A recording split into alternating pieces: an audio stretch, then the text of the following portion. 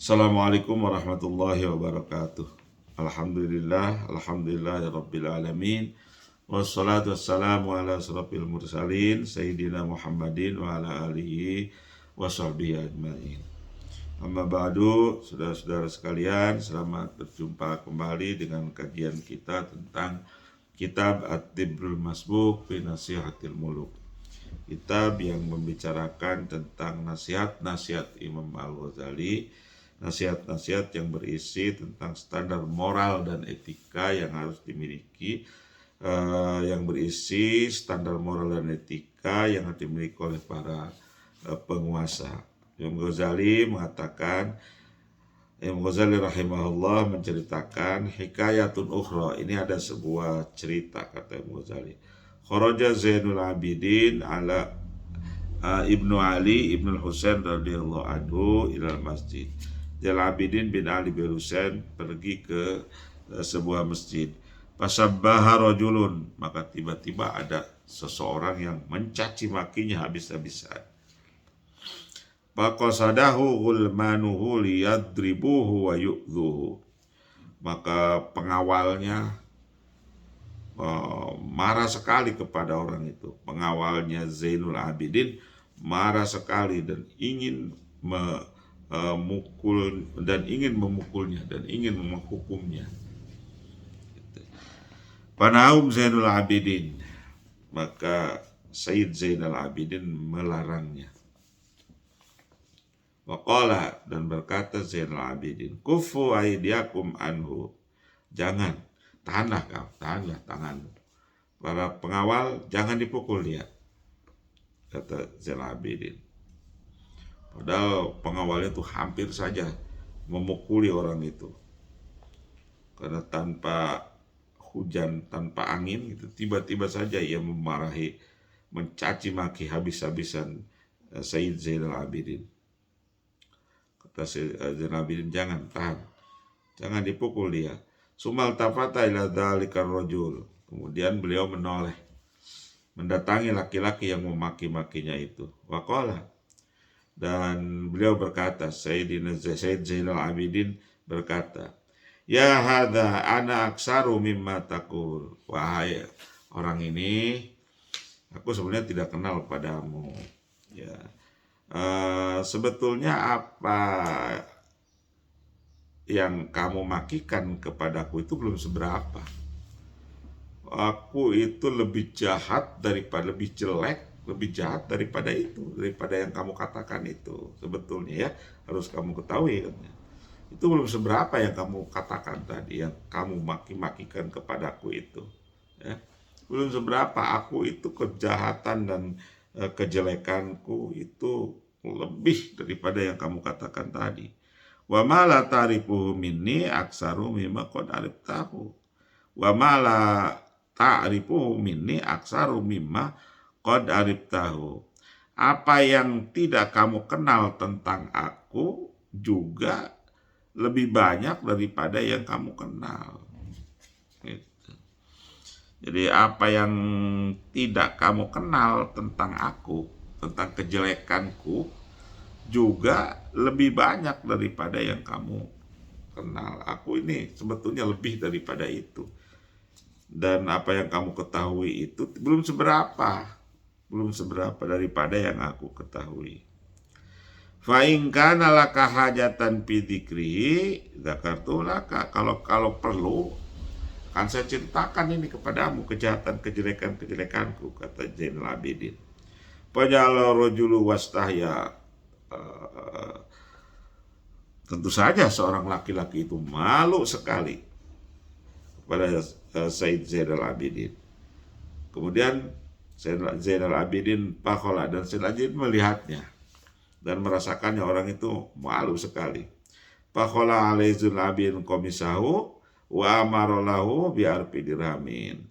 Kemudian Syekh Zainul Abidin membuka gamisnya, membuka bajunya, diberikan kepada orang itu, dan ia memberinya uang sebanyak 1000 dirham. Ya, 1000 dirham itu kalau dikonversi sekarang berapa? 100 juta itunya. Diberinya orang itu baju dan juga diberinya uang. Famadar rajulu, maka berlalulah orang itu, berlalulah pergi orang itu. Wa huwa yaqul, dan dia berkata, asyhadu anna hadza sabab waladu Rasulullah sallallahu alaihi wasallam. Aku bersaksi betul pemuda ini adalah turunan, ya, turunan adalah zuriyahnya Rasul sallallahu alaihi wasallam. Kata Imam Ghazali rahimahullah, seharusnya begitu seorang penguasa, seperti yang ditokan oleh Said Zainal Abidin tadi. Ya, kalau dimaki-maki orang, kembalikan kepada dirinya bahwa itu belum seberapa. Itu belum seberapa, pada kejahatan dan kejelekanku lebih dari itu, lebih yang dikatakan orang itu. Orang itu tahu hanya beberapa saja kesalahan dan kejelekanku, padahal aku lebih daripada itu. Begitu kata Imam Ghazali, seharusnya penguasa kalau mendapati atau mendengar caci maki dari rakyatnya. Dan sebetulnya caci maki atau kritikan dari rakyatnya itu adalah karena ingin perbaikan, untuk negara dan dirinya dan bangsanya. Ini ada cerita lagi, kata Imam Ghazali, wa yurwa anna Zainal Abidin istad'a ghulaman lahu wa nadahu marrataini falam yujibu. Diceritakan lagi, Said Zainal Abidin memanggil pelayannya, memanggil pengawalnya, ya, pelayannya yang biasa melayani dia. Wa nadahu marrataini falam yujibu, dan dipanggilnya sampai 2 kali.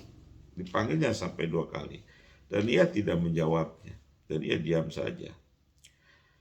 Kemudian dipanggillah yang ketiga, sama tidak menjawabnya. Faqala lahu Zainul Abidin, maka didatangi pelayannya itu oleh Said Zainal Abidin. Ama sami'ta nidai, apakah kamu, dan ditanyakan kepada pengawalnya itu, kepada pelayannya itu, ama sami'ta nidai, apakah kamu tidak mendengar panggilanku sampai aku memanggil 2 kali, dan yang ketiganya aku sampai menemuimu sekarang ini? Faqala bala qad sami'tu, maka ia mengatakan, menjawab, betul Said, betul Tuan, betul Pak, itu sebetulnya aku mendengarnya. Qala fama jahamalaka ala tarkika ijabati alayya, apa yang menjadi penghalang, ya? Kenapa kamu tidak menjawab panggilanku, begitu? Apa yang menjadi penghalang kamu sehingga kamu tidak menjawab panggilanku? Mengapa kalau begitu? Kalau kamu memang mendengar panggilanku, kata Said Jamil, mengapa kamu tidak menjawabnya? Itu. Qala amantu minka wa araftu taharata akhlaqika fatakasaltu. Karena aku percaya. Mengapa aku tidak menjawabnya? Karena aku percaya kepadamu, aku merasa aman, ya.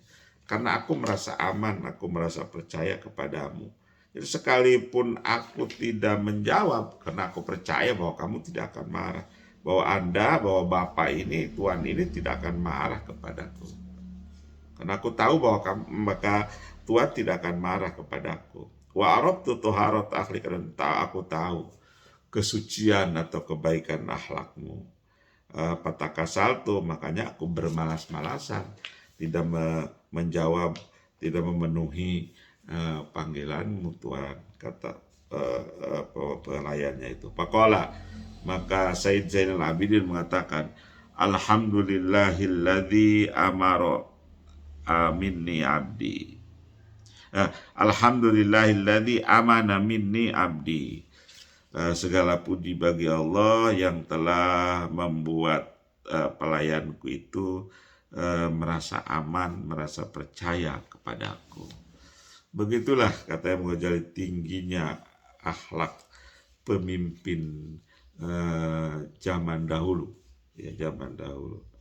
Dia selalu mendahulukan bersangka baik kepada orang lain. Jadi seharusnya begitu. Jadi kalau ada kritikan, saran, masukan dari rakyat atau bahkan dari pelayannya, dari pengawalnya kepada penguasa itu, tanggapilah itu dengan positif, dengan berpikir positif.